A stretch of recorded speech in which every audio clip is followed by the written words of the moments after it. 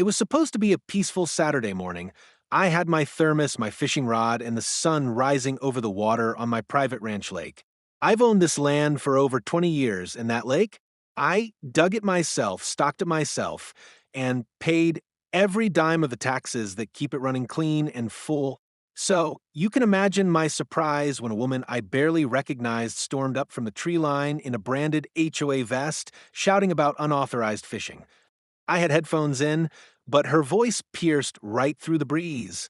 Sir, this area is reserved for HOA recreational use. You can't be here without a pass, she barked, clipboard clutched in one hand like it gave her real power.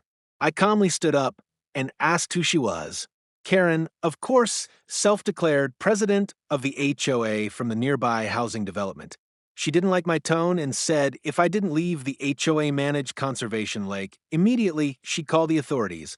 I laughed, because I am the authority here, but I wanted to see how far she'd go. Sure enough, 15 minutes later, two local officers showed up, clearly confused. I greeted them kindly and handed them the deed to the ranch, marked clearly with property lines that included the lake and every inch Karen had been marching across for the past half hour.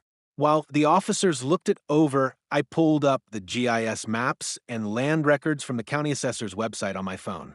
Karen stood there smugly, arms crossed, until the deputy turned to her and said flatly, "Ma'am, you are the one trespassing.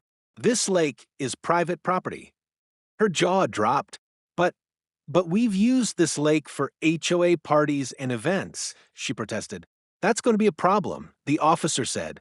Turns out, the HOA had been holding barbecues and fishing tournaments on my land for years without my permission, assuming the property was some sort of public shared zone.